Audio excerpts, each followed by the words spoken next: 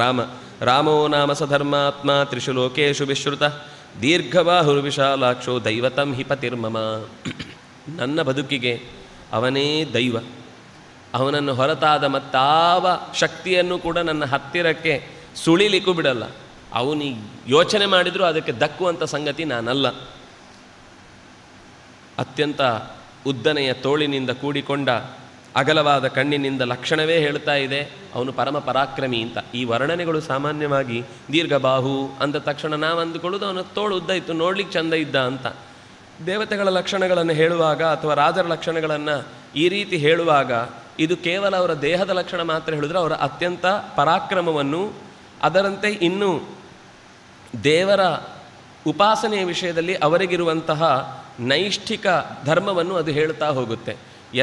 ಜ್ಞಾನದ ಗುಣದ ಭಕ್ತಿಯ ಹೆಚ್ಚಳವನ್ನು ಅವರ ದೇಹದ ಲಕ್ಷಣಗಳ ಹೆಚ್ಚಳಿಕೆಯಿಂದ ತಿಳಿಬೇಕು ಅನ್ನುವ ದೃಷ್ಟಿಯಿಂದ ಹೆಣ್ಣು ಮಕ್ಕಳನ್ನು ವರ್ಣಿಸುವುದಾಗಲಿ, ಗಂಡಸರನ್ನು ಅಥವಾ ರಾಜರನ್ನು ಋಷಿಗಳನ್ನು ವರ್ಣಿಸುವುದಾಗಲಿ ಅಲ್ಲಿ ಬಂದ ವರ್ಣನೆಯಲ್ಲಿರುವ ಹೆಚ್ಚುಗಾರಿಕೆ ಅಂತ ಅನ್ನೋದು. ಕೆಲವೊಮ್ಮೆ ಕಾವ್ಯದ ದೃಷ್ಟಿಯಿಂದ ಕೆಲವು ಪ್ರಸಂಗದಲ್ಲಿ ಅವಳು ಕಂಡದ್ದು ಹಾಗೆ ಅಂತ ಹೇಳುವುದಿರುತ್ತೆ. ಆದರೆ ಇಲ್ಲಿ ಸಹಜವಾಗಿ ಸೀತೆ ರಾಮನನ್ನು ವರ್ಣಿಸ್ತಾ ಇದ್ದಾಳೆ ಅಂದರೆ ಇದೊಂದು ಶ್ರುತಿಗೀತೆ ಇದ್ದ ಹಾಗೆ.